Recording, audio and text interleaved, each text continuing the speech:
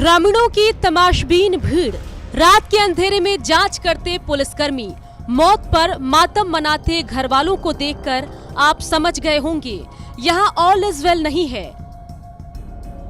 समस्तीपुर में छुट्टी पर अपने घर मुफस्सिल थाने में तैनात दारोगा रविरंजन सिंह की हत्या सारण के डुमरी जुआरा चंवर में कर दी गई।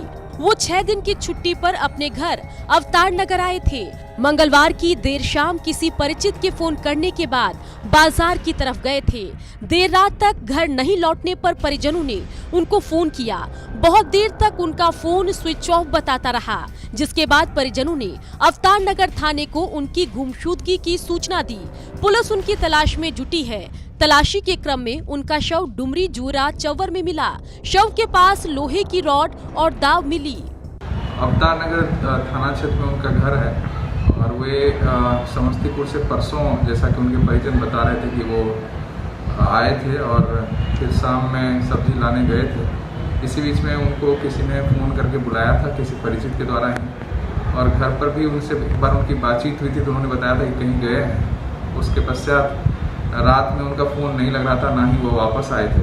तो दूसरे दिन थाना पर रिपोर्ट की गई और थाना पर केस दर्ज करके उसकी खोजबीन की गई और इसी क्रम में जो है लाश एक जगह जो है मिला है। प्रारंभिक तौर पर जो देखने से प्रतीत होता है कि रॉड से और लोहे के उससे उस पर प्रहार करके, सिर पर प्रहार करके हत्या की गई प्रतीत होती है। और अभी तो अनुसंधान चल रहा है इसमें।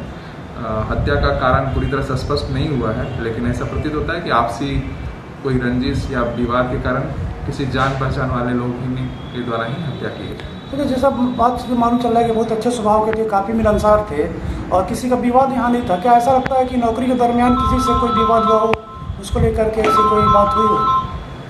अभी तक तो ये स्पष्ट नहीं हो पाया है, तो कहना मुश्किल है कि क्या कारण हो सकता है इसमें।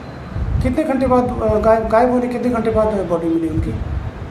अगले दिन, मतलब हमें जब सूचना मिली थी अगले ही दिन मिली थी और उसी दिन 5-6 घंटे के बाद उनका लाश मिला था। शव के पास लोहे की रॉड और दाव मिली। पुलिस ने शव को कब्जे में लेकर पोस्टमार्टम करवाकर परिजनों को सौंप दिया है और परिजनों के बयान के आधार पर मुकदमा दर्ज कर लिया है।